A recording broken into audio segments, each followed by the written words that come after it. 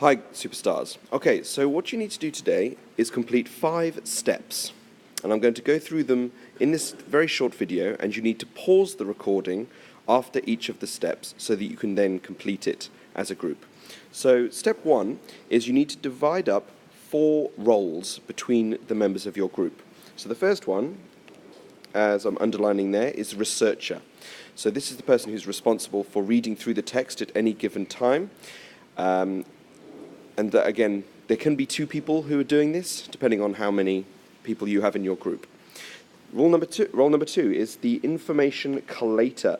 Now this person is responsible for recording all of the relevant information into your group's clue sheet, which is your Google Doc. So this person needs to write all the clues hidden in the learner announcements, as well as all of the sort of important facts that you think are necessary. The third role is question developer. Now, as I said in the introductory lesson, it is very important to be asking the right questions, not just finding the right answers. And for example, unanswered questions could appear in your Google Doc. So why did the individual entering the old Westing mansion have a limp? So that's an example of how it can appear on your Google Doc. And then finally, we've got role number 4.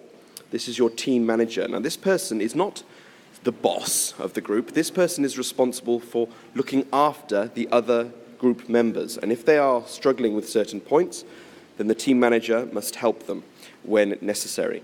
And they are also responsible for checking the learner morning announcements. Okay, step 2 is very, very simple. All you need to do is copy the template, the clues sheet template, into your Google Doc. And next to the different roles, like we have researcher there, and we have information collator there, as an example, you need to write the group member's name next to it. So for this example, I've got my name next to researcher, and we've got Mrs. Smith next to the information collator. So that is step 2. Okay, step 3 is very straightforward. You just need to copy the 16 names below, which are these guys, and you need to copy them from the clue sheet template, which I've saved for you on the Google Classroom, and you need to copy them into your Google Sheet.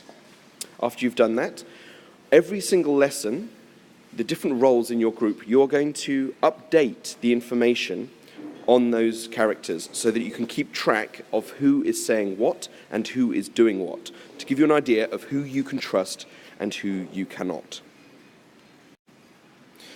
Okay, last but not least, step 5. Now, what you need to do before your next lesson is everyone in your group has to have read up to page 36, as it's written here. And you need to update your Google document based on all of the different characters that you've read about. Okay, and it's a good idea, as I say here, as a group, you can set yourself goals so that you can keep up. And don't forget that there may be clues in the learner morning announcements, so make sure that someone is checking. If you look here, oops, made a mistake there. If you look at the bottom here, I've given you an example. So this is my Mr. P's clue sheet.